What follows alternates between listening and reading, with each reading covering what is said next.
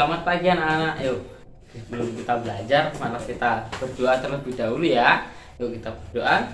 Tuhan Yesus, terima kasih atas kasih-Mu, terima kasih atas anugerah-Mu. Kami akan belajar, berkati kami, berikan kami kepada yang kecerdasan dan yang dari surga. Turun atas kami semua dalam nama Tuhan Yesus. Amin. Yuk kita mulai pembelajaran kita tentang berkomunikasi dengan Tuhan. Nah, berkomunikasi itu adalah sesuatu, kalau sekarang ya itu adalah telepon ya. Kita bertelepon sama teman, sama saudara atau keluarga atau ayah ibu ya, terus kita berbicara tatap muka, yaitu berkomunikasi. Nah, berkomunikasi itu adalah sangat penting ya untuk menyampaikan suatu informasi kepada orang satu ke orang yang lain. Nah, di materi kali ini berkomunikasi itu adalah doa ya. Doa adalah cara kita berkomunikasi dengan Tuhan. Doa adalah bercakap-cakap atau berbicara kepada Tuhan ya, untuk menyampaikan informasi atau menyampaikan doa permohonan kita kepada Tuhan ya, untuk mengungkapkan isi hati kita kepada Tuhan supaya Tuhan tahu apa yang jadi isi hati kita ya. Kita itu kalau berdoa gitu kita harus mengucapkan dengan kata-kata ya, tapi dengan keras, dengan suara keras supaya Tuhan tahu apa yang jadi doa permohonan kita ya.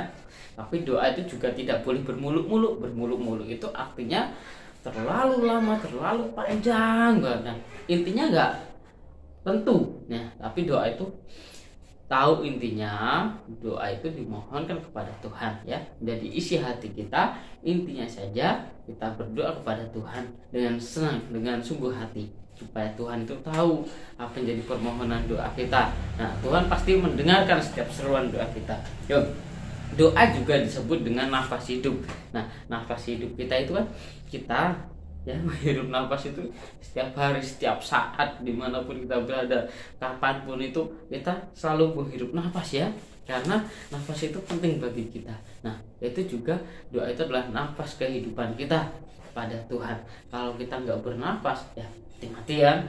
Nah, itu juga terlebih untuk kita, yaitu kita juga harus berdoa kepada Tuhan, karena doa itu juga nafas kehidupan kita ya. Setiap anak manusia, umat Kristen juga harus berdoa kepada Tuhan. Nah, akan tetapi doa ternyata tidak pantas dilakukan secara sembarangan atau tanpa tujuan atau motivasi. Nah, doa itu ya kita harus punya tujuan. Nah, tujuan itu tadi ya, tujuan itu adalah isi hati kita ya, apa yang akan kita sampaikan kepada Tuhan itu, itulah motivasi kita.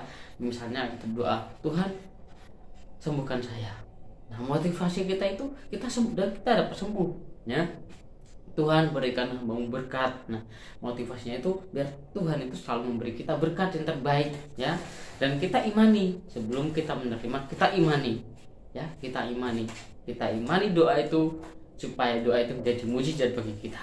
Nah, lalu bagaimana dengan sikap dalam doa ya? Sikap dalam doa, ada yang berpendapat bahwa berdoa dengan lipat tangan dan memejamkan mata merupakan cara yang baik, yang khusyuk dalam berdoa. Kenapa?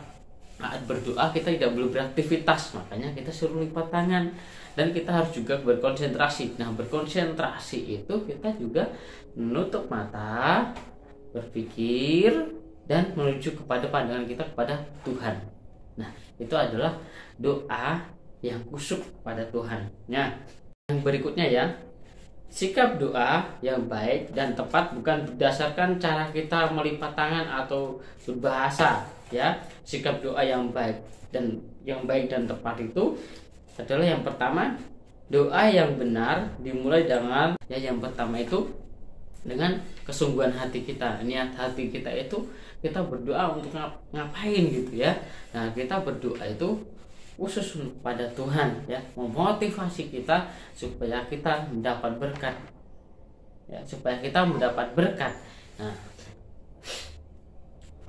lalu kemudian ungkapanlah isi hati kita secara wajar, meskipun dengan kalimat yang sederhana, rendah hati, jelas dan bermakna. Nah, tadi doa-doa kita, ungkapan hati kita itu kita mohonkan kepada Tuhan dengan jelas, dengan lantang, ya, dengan bahasa yang sederhana, tidak usah muluk-muluk, ya kan, dengan bahasa yang sederhana, yang singkat, terus yang jelas dan bermakna.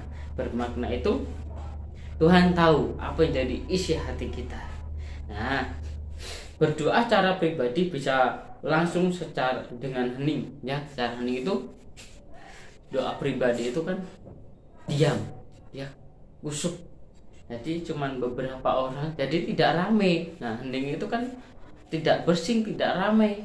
Nah, itu bisa secara pribadi sendiri-sendiri. Nah,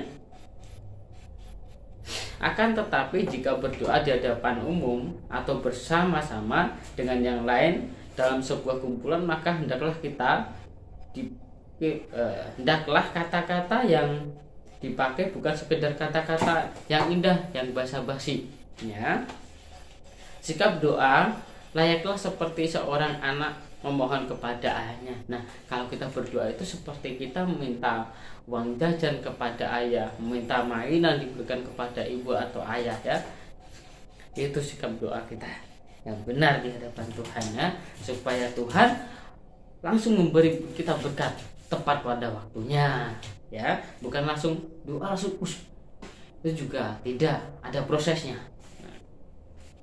Doa Bapa Kami merupakan salah satu pengajaran yang diberikan Tuhan Yesus kepada kita. Nah, doa Bapa Kami itu adalah suatu pengajaran yang diberikan Tuhan Yesus kepada murid-muridnya. Berdoalah demikian: Bapa Kami di surga, dikuduskanlah namamu, datanglah kerajaanmu, jadilah kehendak-mu. Sampai terakhir, ya. Itu adalah doa Bapa Kami yang diajarkan Tuhan Yesus kepada murid-muridnya. Murid-muridnya disuruh berdoalah demikian. Nah, itu, ya, itu di dalam Matius 6 ayat 9 sampai 13. Nah, doa Bapa Kami adalah sebuah doa yang mencerminkan banyak hal dalam kehidupan manusia, ya. Doa Bapa Kami itu mencerminkan banyak hal dalam kehidupan kita, ya. Kita berdoa kan, Bapa Kami di surga, dikuduskanlah namamu, datanglah kerajaanmu. Itu kita menjunjung, ya, mengucap syukur kepada Tuhan, ya. Datanglah kerajaanmu, jadilah kehendakmu, ya. Berikanlah hari ini makanan kami secukupnya, ya, dan ampunilah kesalahan dosa kami seperti kami juga mengampuni orang yang bersalah kepada kami. Nah, dan janganlah membawa kami dalam percobaan, tapi lepaskanlah kami daripada si jahat. Nah, karena Engkau lah yang punya kerajaan, kuasa, kemuliaan sampai selama-lamanya. Nah, itu kan kita yang minta berkat, terus meminta pertolongan, meminta perlindungan, terus kita juga mengampuni orang yang bersalah, ya, kepada kita. Orang juga kita juga mengasihi mereka, ya, walaupun mereka bersalah kita tetap mengasihi. Nah, itu adalah cerminan di dalam doa Bapa Kami. Nah, dari doa Bapa Kami kita dapat melihat dan mempelajari beberapa unsur, ya. Dalam doa ada sapaan kepada Tuhan, yaitu ucap syukur kita kepada Tuhan. Terus dalam doa juga ada menyatakan kemuliaan Tuhan, ya, kemuliaan Tuhan. Tuhan adalah Allah, Tuhan adalah yang punya pencipta, sang pencipta bumi. Nah, terus di dalam doa itu juga menyampaikan keinginan kepada Tuhan, ya, memakai kata-kata yang sederhana, yang baik, keinginan kita supaya kita diberkati oleh Tuhan, kita dilindungi oleh Tuhan. Nah, di dalam doa kita memohon ampun juga di hadapan kepada Allah, ya. Dalam doa Bapa Kami itu kita juga meminta ampun atau memohon ampun pada Allah. Nah, terus di dalam doa itu juga Bapa Kami juga itu kita juga meminta pertolongan kepada Tuhan, memohon perlindungan kepada Tuhan, jauhkan, ya, dari mara bahaya apapun. Melalui doa Bapa Kami, Tuhan Yesus mengajarkan kita bahwa doa bukanlah sekedar kesempatan untuk meminta dari Tuhan, ya. Bukan cuma sekedar melalui doa aja, tapi kita juga bisa meminta kepada Tuhan melalui saat kita merendahkan diri kita, saat kita beribadah, ya. Saat kita beribadah kita langsung mengucap syukur kehadiran Tuhan, ya, seperti kita memuji, menyembah namanya. Nah, terus di dalam kitab Yakobus 5 ayat 16 mengesankan hal itu menegaskan hal itu Tuhan mendengarkan doa yang disampaikan dengan sungguh-sungguh dan Tuhan mengabulkan doa menurut kehendak Tuhan. Nah, di dalam Yakobus, kalau kita berdoa dengan sungguh-sungguh, bersatu hati, Tuhan akan memberikan berkat atau mengabulkan keinginan doa kita. Nah, Alkitab tidak mengharuskan sebuah cara tertentu tentang sikap doa, ya. Alkitab tidak mengajarkan cara sikap kita berdoa, ya. Kita mau berdoa mau gimana? Misalnya, berdoalah sebelum kamu tidur, kamu berdoa dengan duduk, ya, bersandar di hadapan Tuhan. Nah, kita juga bisa berdoa sambil tidur, ya. Kita lanjut yang nomor 11.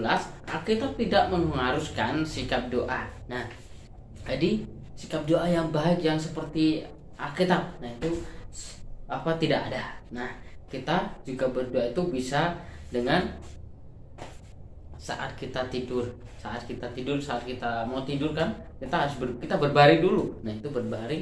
Saat kita mau tidur, kita berbaring, langsung kita berdoa saat di atas tempat tidur, nggak apa-apa, ya boleh itu, ya berdoa supaya Tuhan berikan kami berkat, berikan kami perlindungan saat kami tidur. Nah, itu nanti Tuhan juga memberikan keinginan Allah, memberi berkat bagi kita, ya, mimpi yang indah, perlindungan saat tidur, jaga sampai pagi, ya dapat beraktivitas kembali. Nah, juga kita berdoa saat perjalanan.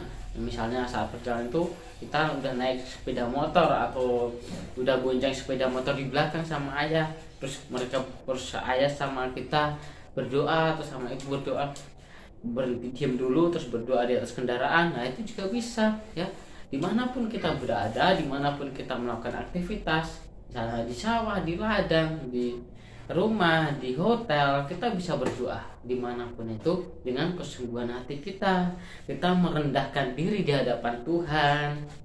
Terus kita berdoa itu dengan taat, dengan giat berdoa, ya, nggak cuma 1-2 kali kita berdoa saja, tapi berdoa itu bertahap terus, ya, sampai nanti berkat ada. Nah, kalau sudah berkat ada, ya kita tetap terus berdoa, ya, tetap terus berdoa, tidak boleh sampai putus. Nah, namanya doa itu nafas kehidupan, jadi terus menerus, ya. Berdoa dapat dilakukan kapan saja, ya, baik pagi, siang, sore, malam, dini hari, pagi hari, sampai panas terik matahari, bisa, ya, semuanya bisa, kapanpun itu bisa, ya.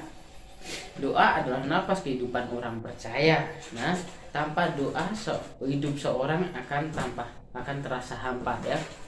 Doa itu adalah nafas kehidupan kita, ya. Tanpa doa kita adalah hampa, ya.